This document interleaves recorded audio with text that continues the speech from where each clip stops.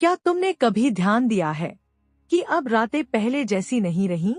वो अंधेरी रातें जिनमें खेतों के ऊपर टिमटिमाते जुगनू आसमान के तारों जैसे लगते थे, अब गायब हो गए हैं। कभी वो हमारे बचपन का जादू थे, पर आज वो सिर्फ याद बनकर रह गए हैं। आखिर जुगनू अब दिखाई क्यों नहीं देते? क्या वो सच में खत्म हो गए हैं या कहीं छिप गए हैं, इस उम्मीद में कि इंसान फिर से प्रकृति से प्यार करना सीखे? बरसों पहले एक छोटा सा गांव था, बरगांव। गांव के किनारे बहती थी एक शांत नदी, जिसके पास हर रात पेड़ों के बीच झिलमिल करते थे हजारों जुगनू। हर बच्चा उन्हें आसमान के नन्हे तारे कहता था। उनमें से एक बच्ची थी गौरी, जिसे हर शाम खेतों में दौड़कर जुगनू पकड़ना बहुत पसंद था। वो अपने हाथों को जोड़कर जुगनू को अपनी हथेलियों में कैद कर लेती और फिर कानों के पास फुसफुसाती, छोटी रोशनी, मुझे अपना राज बताओ ना। और फिर मुस्कुराती, क्योंकि वो चमकती रोशनी मानो उसकी बात सुन रही हो। साल बीतते गए, गौरी शहर चली गई, पढ़ाई, नौकरी और जीवन की दौड़ में। वो गांव, वो खेत, वो रातें, सब कहीं पीछे छूट गए। एक दिन जब वो कई साल बाद अपने गांव लौटी, तो उसे सबसे पहले वही नदी और वही खेत याद आए। रात को उसने आसमान की ओर देखा। तारे तो वैसे ही थे, पर वो टिमटिमाते जुगनू कहीं नहीं थे। उसने हैरानी से पूछा, माँ, वो जुगनू कहाँ चले गए? माँ ने धीमे से कहा, अब वो नहीं आते बेटा, शायद अब उन्हें यहाँ अच्छा नहीं लगता। गौरी चुप रही, लेकिन उसके मन में सवाल गहराते गए। अगली शाम गौरी ने वही पुरानी नदी किनारे जाने का निश्चय किया। उसके हाथ में थी एक टॉर्च और कैमरा। रात गहरी थी, पर वहाँ कोई जुगनू नहीं था, सिर्फ स्ट्रीट लाइट की पीली रोशनी और खेतों से आती कीटनाशक की गंध।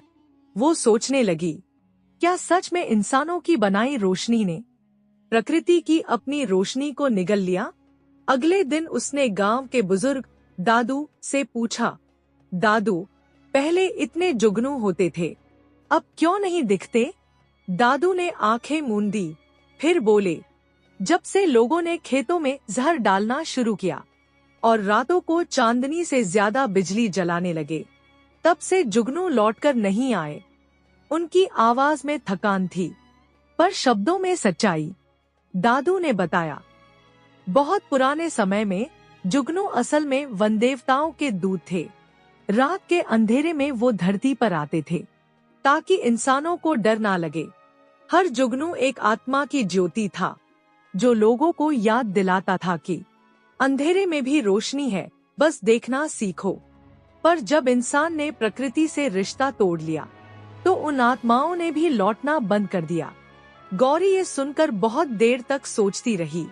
उसे लगा मानो जुगनू किसी किताब की कहानी नहीं, बल्कि एक चेतावनी है कि जब हम प्रकृति को भूल जाते हैं, तो उसकी रोशनी हमसे रूठ जाती है। गौरी ने ठान लिया, वो जुगनू वापस लाएगी।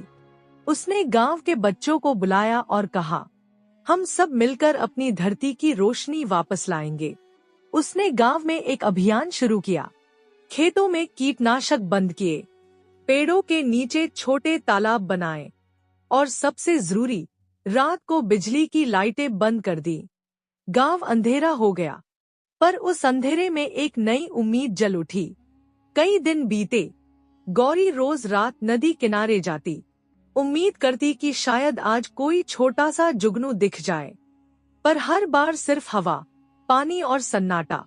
फिर एक रात उसने महसूस किया कि उसके पैर के पास कुछ चमका। 1, 2, फिर 3, हवा में तैरते छोटे छोटे उजाले। हाँ, वो जुगनू थे। गौरी की आंखों से आंसू निकल पड़े। उसने हथेली बढ़ाई और एक जुगनू आकर उस पर बैठ गया। उसकी धीमी रोशनी में गौरी ने देखा, वो वही पुरानी मासूम चमक थी। वो मुस्कुराई और फुसफुसाई, तुम लौट आए, धन्यवाद। और जैसे उसकी बात सुन ली हो, चारों ओर सैकड़ों जुगनू जगमगाने लगे। गौरी ने उस रात आसमान की ओर देखा और कहा, जुगनू गायब नहीं हुए थे, वो बस इंतजार कर रहे थे उस पल का जब इंसान फिर से धरती से प्यार करना सीखे।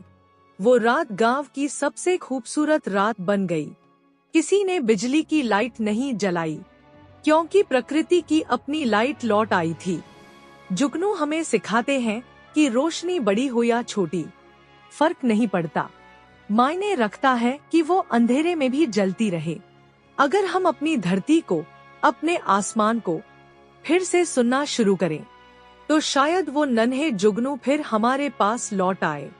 धीरे धीरे संगीत हल्का होता है, पत्तों की सरसराहट, नदी की आवाज और दूर से झिलमिलाते हजारों जुगनू, जैसे प्रकृति खुद मुस्कुरा रही हो। आपको ये कहानी कैसी लगी? नीचे कमेंट करके जरूर बताएं।